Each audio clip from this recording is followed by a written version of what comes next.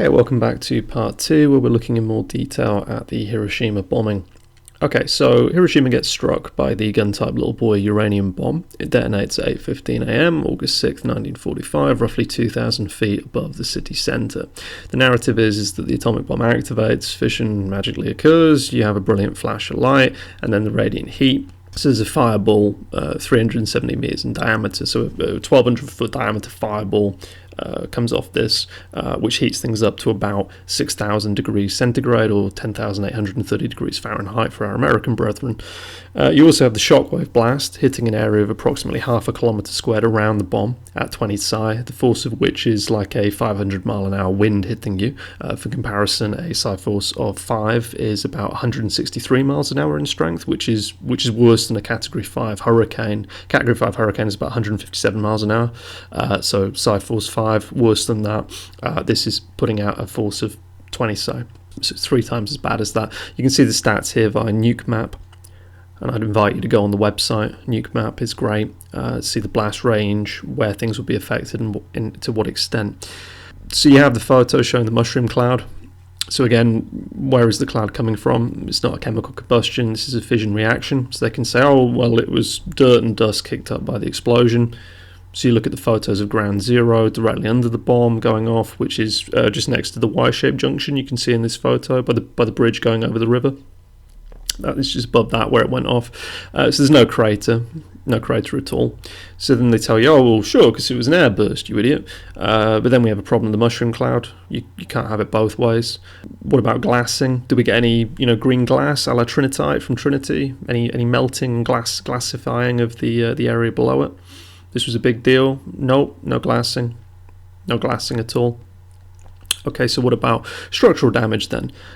So we're seeing here photos of Hiroshima after the bombing, which shows the concrete buildings are standing. Also the bridges. They try to say, well, concrete resisted the blast wave. So again, look at the Nuke Map website, look at the side chart, look at the fact that these buildings are standing despite being at ground zero of the blast. Here's the Bank of Japan. It withstood the blast. It was only 380 meters from the hypocenter for ground zero. People even survived inside the building. The Explore Hiroshima tourist website tells us that the bank was alright because it had thick walls, and that the first and second floor wasn't damaged because the iron shutters were closed. Upstairs, the third floor had the shutters open, so that floor got burnt up. Interesting. We know the fireball was supposed to be 6,000 degrees centigrade. We know that iron melts at 1,200. We know that the water vapor in concrete evaporates and cracks and damages the material when exposed to high heat above 1,000 degrees or so. Just Google it. Eventually, at a high enough heat, concrete it fractures, it explodes because of the pressure of the water vapor inside of it. So the whole bank should be annihilated. So should these other buildings. So maybe you think atom bombs don't damage buildings 380 meters from the detonation point. Alright, what about the famous A-bomb dome, the landmark we all know of from the pictures? This was a commercial product exhibition hall. It was 160 meters from the blast. The website here helpfully tells us that the blast wave was nearly vertical, so it miraculously didn't destroy the building. Of course, the blast wave went up into the sky. So that's why that didn't get affected. Then we have the bridges still standing. What are they made of? Some super metal? What about the water in the river system? That should be evaporated by the heat, right? And the shockwave should have created a sort of tsunami effect, blasting the water in all directions, turning it into steam from the heat and knocking any unevaporated water around. No mention of this. But we're not done. If we go to Hiroshima Castle, the Gokuku Shrine there had a torii gate that survived the blast. This was less than 1 kilometer from the bomb. And again, they tell you that the blast wave was vertical, so it somehow swerved the gate, but damaged other things. It didn't even, if you look, it didn't even knock the sign hanging off of it off. It just knocked it a little bit to the side. Extraordinary. So maybe the gods protected this gate. Alright, well, what about something less mystical? What about the telegraph poles? Why are they still standing? Or the trees? Why aren't the poles and the trees knocked down? Or, reduced to ash? A lot of these trees, interestingly, not only survived the blast, but actually bloomed again the following year. Why is it that the photographs of Hiroshima post-nuke are essentially identical to damage caused by the widespread firebombing campaign of the US Air Force Bomber Command? We see the same signs of widespread fire damage, reducing wooden properties to cinders, but leaving metal and concrete standing. Things like trees and telegraph poles keep upright because they are burnt but not melted or knocked over by a giant shockwave. Likewise, the roads are clear in the photos because there's nothing on the roads to burn, see? The dark burnt areas are where houses would be. The roads are empty and the fires wouldn't affect them in the same way. It's like a fire break. Okay, so we look only 1.5 miles away from the blast centre. We find the Hiroshima railway station, Koi station. This must have been destroyed, right? Nah. Here's a photo taken a day or two later. No damage. They tell you that 20 or 30 employees of the railway company crept out of the wreckage, whatever that means. They survived. They were fine. They were so fine that everything was operating as normal in 48 hours. So in 2 days, the railway was functioning again. Because obviously no significant track damage, no damage to the railway cars and things. It was all fine, so they could just keep going. They even got the tram lines working. Yep, the trams were back too in a day or so.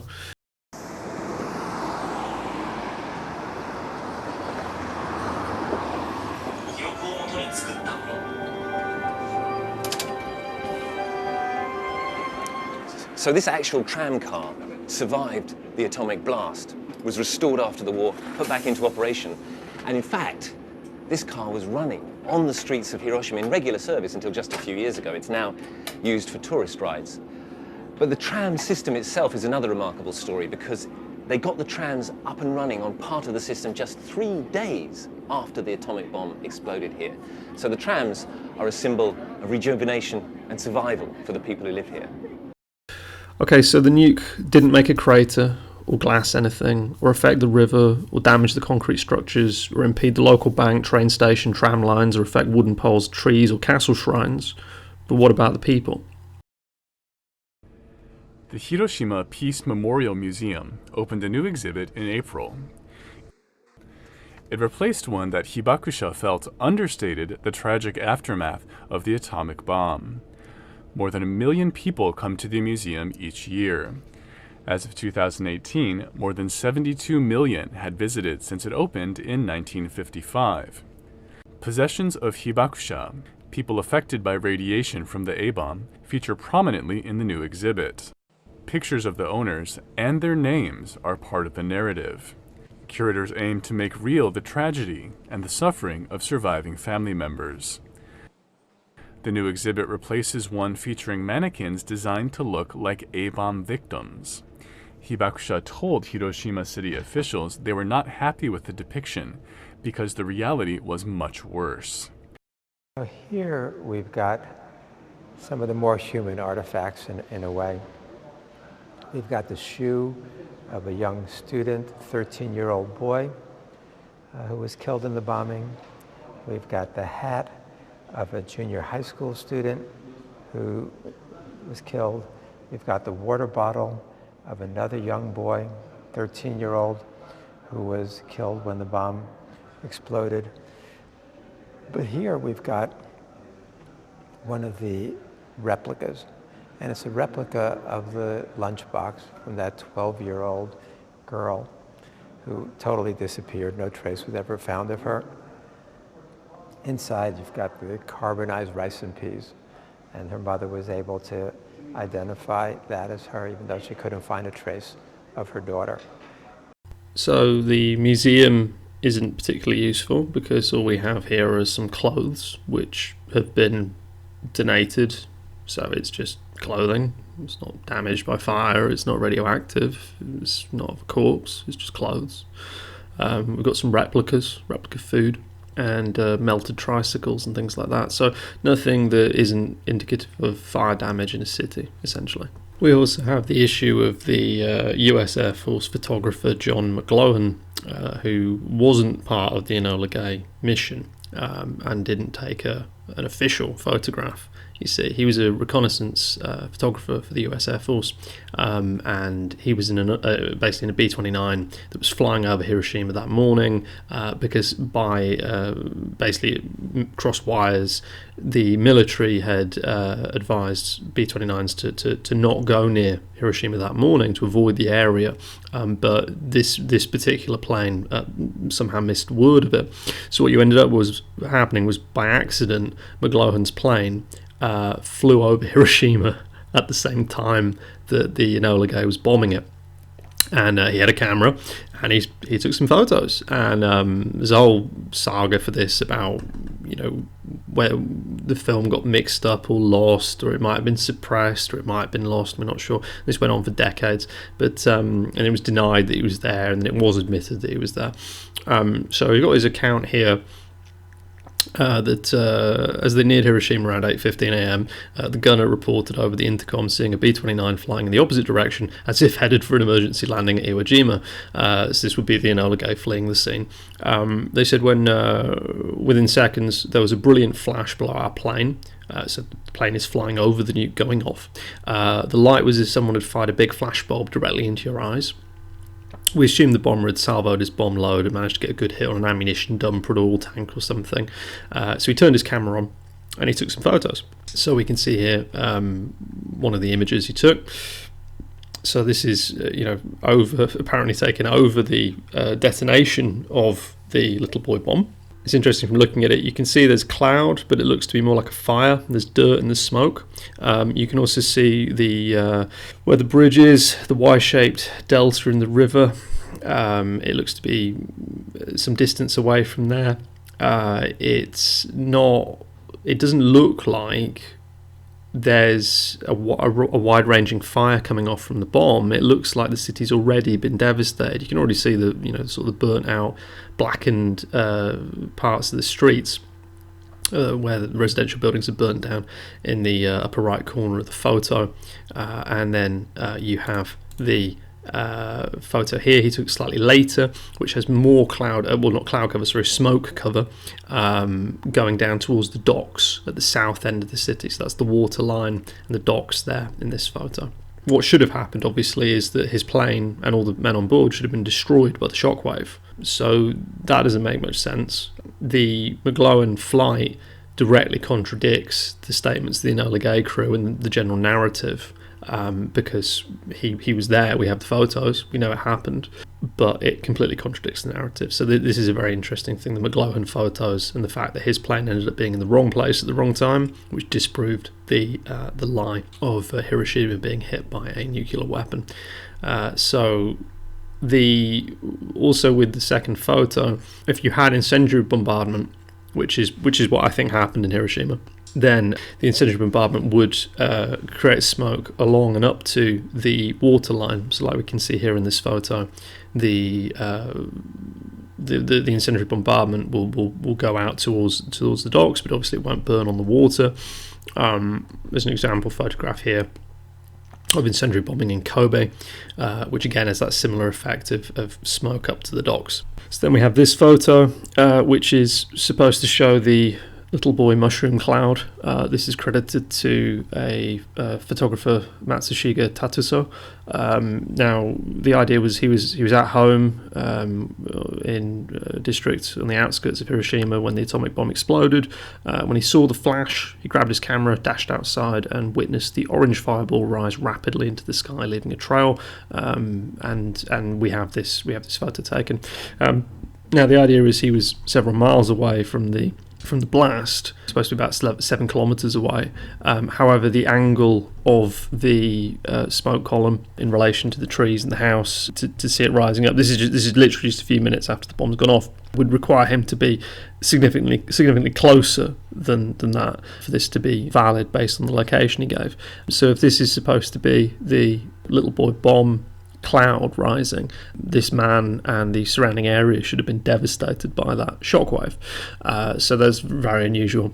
The most logical reading of this is that It is a photo taken from Hiroshima, however, it's of a incendiary bombardment, and then you would have a burning, combusting cloud, and it would be a lot smaller, so he could be a lot closer to it to get that angle without being destroyed by the atomic wind shockwave damage. So then the US Air Force provided us with this image, which is sort of a collage of aerial surveillance photos they did in sections looking at Hiroshima. This is before, and then here is after. Now, they released this as a kind of way of saying, look, we devastated the area with the atomic bomb. Oh, look at this. It's a bit unclear though, because if you look at the first photo to the second photo, all they've actually done is they've just whited out sections of the ground. I think what you're meant to get tricked by is you're meant to look at this and go, oh my god, there's nothing left. It's just like a bleached field. It's completely flattened. But we know that wasn't the case, because obviously there's roads, there's still standing buildings, trains are still running, banks still operating. So yeah, all they've done is they've kind of whited out the map. They've also screwed up a bit, because if you compare it to the other documents they've released, which show the range of where the fire damage was, the fire doesn't extend as far as this image makes out it should. So they've even got, the docks are whited out. This doesn't really tie in. Again, you should have a sort of a bold spot, a crater spot, where the bomb hit and everything was completely vaporized, and then you should show gradually lessening damage as you go out from that blast point. Instead, they've just kind of whited out the whole city. This is more indicative of saturation incendiary bombardment, which is what they've done everywhere else. And again, so the photographs they're showing us to try and argue that the bomb annihilated the city, it's been, again, it's just messing us about. They just used a lot of whiteout, the gamma of the image they've just affected artificially, and that's why it's affected the whole image in a way that goes against what should have been affected by the fire, by their own admission and by their own other documentation. Okay, so then you've got the statement from Brigadier General Crawford F. Sams, who is the Chief of Public Health in the Welfare Section of General Headquarters, Supreme Allied Powers, from the 2nd of October 1945 until June 1951. Now, he was deployed to the area as part of the American involvement in Japan after the surrender. And he was obviously dealing with things from a public health angle. I'm going to read his quote in full because I think it's really interesting. So he said, "Nothing could be established in Japan by any agency from the United States without permission. The Manhattan Project was very interested in assessing the damage done by the atomic bomb, and so other agencies were. The Public Health Service sent over a mission, the Navy sent over people. I had a dozen different groups of medical people in, wanting to know about the effects of the atomic bomb, which was under my control. I had taken the first group down on the 2nd of September, or the 3rd, into Hiroshima. I sent down 6 plane loads and went down to introduce some of our medical people. When I was first in Hiroshima and landed this group, I got on the radio and some professor from Columbia was saying anybody who got into Hiroshima in the next 50 years would die of radiation, and we get this nonsense all the time. So he set up a joint atomic bomb casualty commission, organised and financed from the US Atomic Energy Commission, and it was a joint US-Japanese venture to study the effects of radiation. He says, I mentioned deterrence against war. There was a letter brought over in which the president was looking for a new deterrent against a future war because air power had failed. If you have another war, air power will destroy civilization. This was the idea at the time, prior to World War II. And it failed because it hadn't even brought Germany to its knees. A strategic bomb survey over there showed that military production had increased actually during our bombings. So the object of letter of instruction from the president was, you will play up the devastating effects of the atomic bomb. I was the one who set the deadline. Anybody who'd been in Hiroshima and died within 6 months, whether they got run over by a bicycle or whatnot, would be credited to the atomic bomb. Most of the casualties occurred from thermal readings. So this is extremely important. He's being, literally the whole survey team are being instructed directly from the president on down, saying you need to play this up and say that the atomic bomb is the worst thing ever as a deterrent to future conflict. Which is, as I've been saying, the whole point of the atomic bomb anyway. It's the concept bomb, the idea bomb, which scares your enemy. So it totally ties in with that. And he's saying that people who died from fire. And he's saying that they are then listing deaths that are unrelated to radiation as being from that. So talking about numbers in the city, he then looks at it. The atomic bomb went off. At the time, the city had about 250,000 people in it. In other words, you had a high-density population exposed. When the bomb went off, about 2,000 people out of 250,000 got killed by the blast, by fire. Then what happened is like an earthquake. The blast knocked down houses. Hibachis turned over, started fires. When you have an earthquake or an atomic bomb, you start fires. People are trapped in buildings, and that's what led to. We built up the evidence to show on a cookie cutter basis from questioning the locals. It took about 36 hours for about 2/3 of the town to burn. So you see, it wasn't Bing like the publicity said. The bomb went off and a city disappeared. No such thing happened. That was propaganda for deterrent. They're talking about after that, one bomb and away goes Chicago. So, what he's saying is now you have to keep your feet on the ground. As near as we could figure then, about 21,000 people died over 36 hours as a result of being trapped and burned. It's like those who died in the 23 earthquake and the subsequent fire. Then, as I say, I set the 6-month deadline for anybody who'd been there, even though they went away, and so on, to put a deadline on deaths from delayed radiation effects. One of us got a priest there to say he guessed 100,000 people died when the bomb went off. Well, you see, it didn't. There never was 100,000 people who died. When I came back to this country, I was appalled from a military standpoint to find that our major planners in the War Department were using their own propaganda, 100,000 deaths, and they were comparing it, saying it was the greatest killer, and comparing it to the number of deaths in Tokyo, which had been literally destroyed by high explosives. Actually, the atomic bomb was a damn poor killer in comparison to the exposed population. The bomb was a poor killer. I just think that's a really interesting quote from this guy, because he's not messing about. He's a professional, and he's being pushed to reach a certain narrative. He's coming home to America after doing this, and he's finding that they're buying into their own bullshit, and he's pointing out that the city actually burned down from fire over a day and a half. So again, this would be far more likely to be firebombing.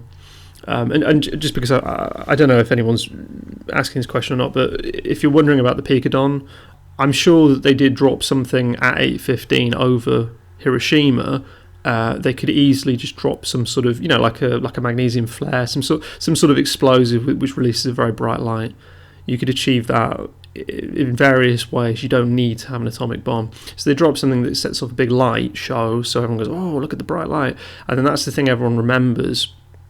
And you have a city that's already either being firebombed or has just been firebombed, and most of the deaths are coming from that. So the actual number of people killed is relatively, it's quite low, and it's coming about from the fire and people being trapped in the ruins and things. So then you have the human shadows etched in stone, which is, where they've got some famous images of people being vaporized, and so they have their shadow or black marks left on the ground or on the rock of things. Again, this is just a feature of high heat. So again, an incendiary fire. This is nothing unique to atomic weaponry. And if we look at any of the anecdotes or transcripts of the statement of the Hikabusha survivors, you are left with. I'm not going to go through them because I think it would just simply take too long. I'm aware that there are many anecdotes and stories of the Hikabusha, what they're telling of their experiences. I would suggest that if you have a read, what you will find is stories from honest stories from people who did go through something horrific. I'm not saying they're lying, I don't think that, but they were very young, usually about 10 years old at the time or so, and they recount an experience that's consistent with enduring their settlement being horrifically bombed by fire.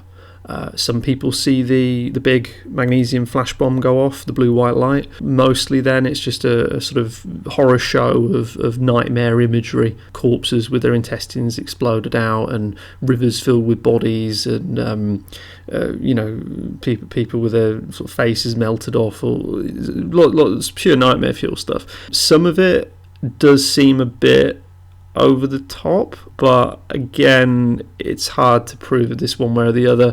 I would suggest if you're interested in this, have a read. Just Google it, Hikabusha survivor testimony. Bear in mind what I've been talking about. I don't think they're wrong. I think it's more of a case where they went through something completely traumatic and horrific that no child should ever have to see. And then if you look on the Atomic Heritage Foundation site, they talk about what happened after the war, after the Japanese surrender. General Douglas MacArthur, who's in charge of essentially taking over and running Japan after that point, he issued an occupation press code restricting Japanese journalists from reporting on anything related to the bombings or radiation, and limiting foreign journalists. So everything that was going on to do with the bombs in Hiroshima and Nagasaki was then completely dominated and restricted and controlled by the US military. They had that totally watertight. The Hikabushi were limited by their own self-censorship because they felt shame from their injuries and illness. A lot of these people had suffered horrific burns. There is some indication that there could be radiation poisoning, but as we know from the Crawford statement earlier, this was over-amplified deliberately because, again, the military wanted to promote this as a horrific new weapon. Obviously, if you firebomb a city and there's corpses everywhere, there's going to be disease, there's going to be lack of nutrition, there's going to be starvation, people are going to be in a terrible shape. So if their health is adversely affected by this, then that's not necessarily radiation. And being covered in burns isn't necessarily a sign of radiation. It's just, you've been firebombed. So the military restricted it. Censorship wasn't lifted until the end of the occupation in 1952, and then it tries to give us this idea that, so the narrative is that sort of independent journalists, an Australian journalist was the first foreign journalist to visit Hiroshima after the bombings, and then he sent a report by Morse code to London to be published in the Daily Express, which was then distributed worldwide. You got 6 Hikabushi in a book by John Hershey, in a book called Hiroshima in 1946, published in the New Yorker. But all this was banned in Japan as well. So you had a very much a controlled distribution of information. Certain stories were allowed out. Certain people were said to be survivors. Other people, again, I don't really have scope in this video to read out transcripts in full or play 30-minute interviews for several hundred people, because you'd be here for 10 hours and you'd switch off. So we're not going to do that. But if you are interested in this topic, have a read of it. And again, it's just a case of, well, some of the stories are frankly outlandish. You have, for example, Tsutomu Yamaguchi, who claims to have survived both Hiroshima and Nagasaki. He was bombed twice. Wikipedia then tells us that it wasn't just him. 70 people are known to have been affected by both bombings, and he survived 2 nuclear explosions. He lived in Nagasaki. He was in Hiroshima on business for Mitsubishi Heavy Industries, and then despite being nuked, he then returned to Nagasaki the following day, went to work on August 9th, the day of the second atomic bombing, and then was nuked again. And nobody believed him that the first city had been destroyed by a nuclear bomb, which is interesting, because they probably already knew that Hiroshima had been firebombed repeatedly, and that's why it wasn't making sense to them. Then Nagasaki gets destroyed as well. So yeah, is he lying? Is he making it up? Is he confused? Is he a plant? Is somebody saying this? Is somebody paying him to say this? Is this an early example of a crisis actor?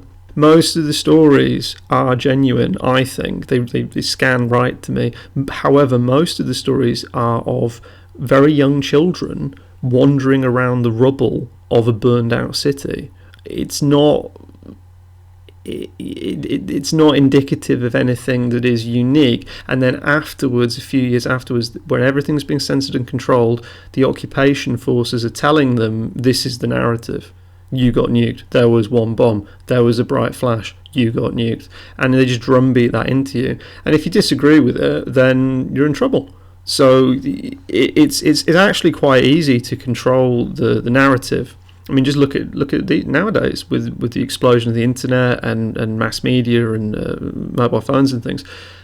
Not for a moment does that prevent the state from having a particular narrative of what's happening day to day.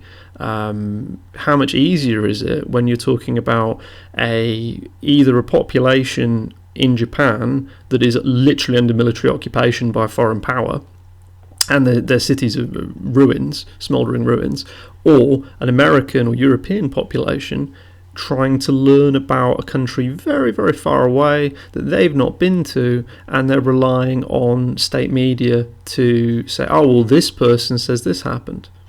So I hope this isn't seen as too vague. I was considering whether or not to go over the Hikabusha statements one at a time. As I say, I just think that would take far too long. So I hope you don't think I'm skimping on this. But yeah, it's not that they're lying. Some of them seem rather unlikely, like Tsutomu Yamaguchi. However, again, the majority of it seems authentic. It's about people being firebombed and seeing horrific shit at the time and being very upset. So I'm not. What I don't want is for people to get the wrong end of the stick with this and say that, oh well, what a bastard. He thinks that Hiroshima and Nagasaki didn't happen. Nobody got hurt. Japanese didn't suffer. That's really not the case at all. I'm completely convinced that the Japanese were horrifically firebombed into oblivion, and ordinary people on the ground would have suffered terribly as a result. The question in this series of videos is whether or not atomic weaponry is real, and I'm hoping that through this video you can see that it's actually quite easily explainable. What happened? They basically sent over a bunch of B-29 bombers, firebombed the cities. They had the Enola Gay fly over maybe the next day, something like that, and drop a big magnesium flash bomb. Then the photo evidence shows there was no nuclear explosion. The other evidence shows there was no nuclear explosion. And then the city was in ruins, but it was burned, and then it was able to get back on its feet. And that's why you're not seeing, long-term radiation damage issues to the plant life, for example. That's why the city is completely habitable. That's why a lot of what's shown as radiation damage is basically burns. And yeah, it was all very easily controlled by the US media. In regards to Nagasaki, I don't need to do a big in-depth video on Nagasaki because it's basically the same thing. You've got Boxcar dropping Fat Man over the city on August 9th. Now, the main point I want to make with this is pretty much the same story again. There's no crater. The city was clearly a target by Bomber Command and shouldn't have been left unscathed.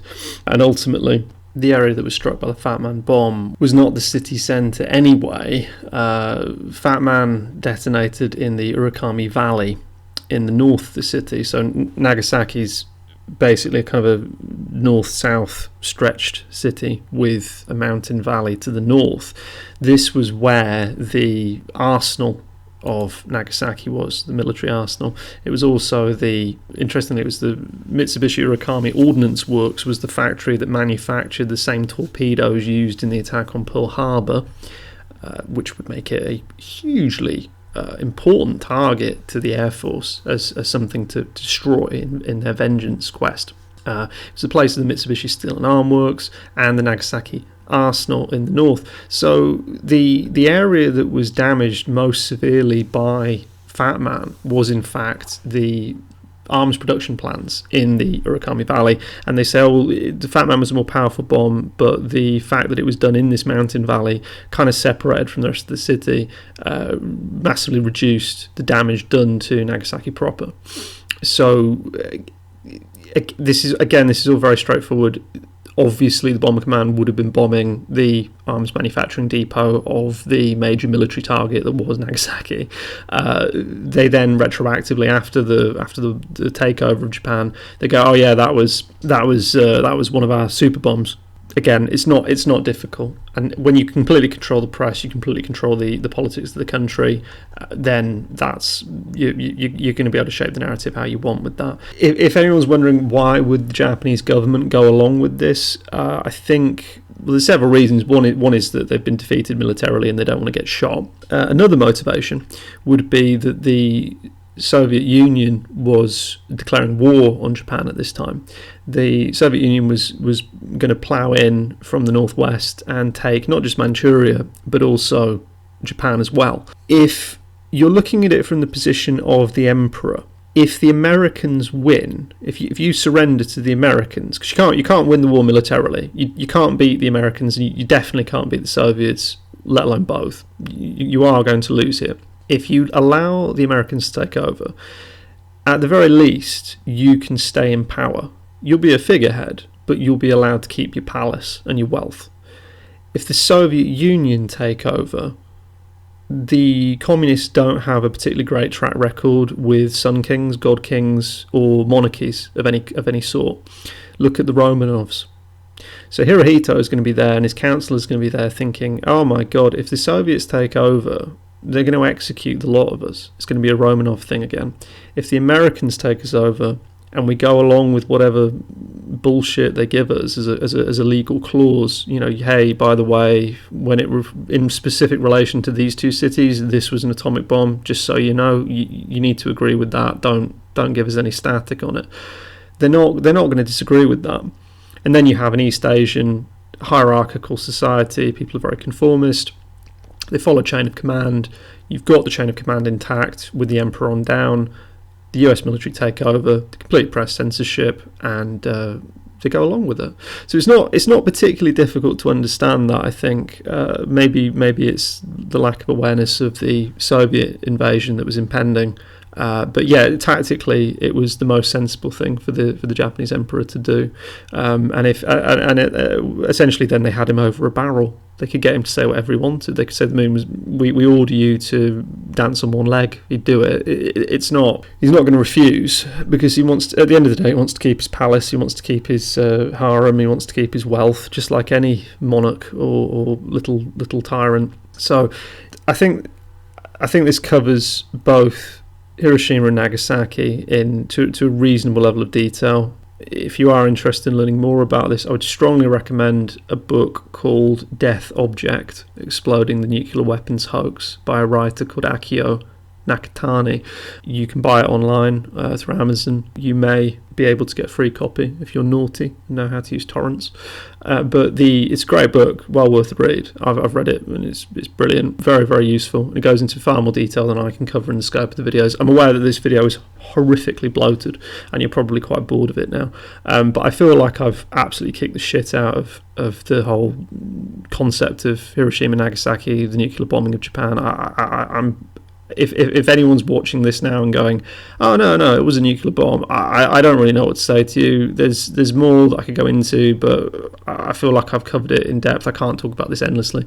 I know that the next logical thing that your brain will do is it will then go, okay, yeah, but what about all the other countries with the nukes? So, you know, Britain, Pakistan, China, Russia, what about them with the nukes? So I'll see if I can have a retort to that in a next video. But for now, yeah, I think I've kind of done this to death. Hiroshima, Nagasaki, flashbang bomb, military target, city's already devastated, hit by incendiary bombardment, rigid press control, amp it up, the world set free, a weapon for a new era to be used geopolitically. That's the formula you're looking at here.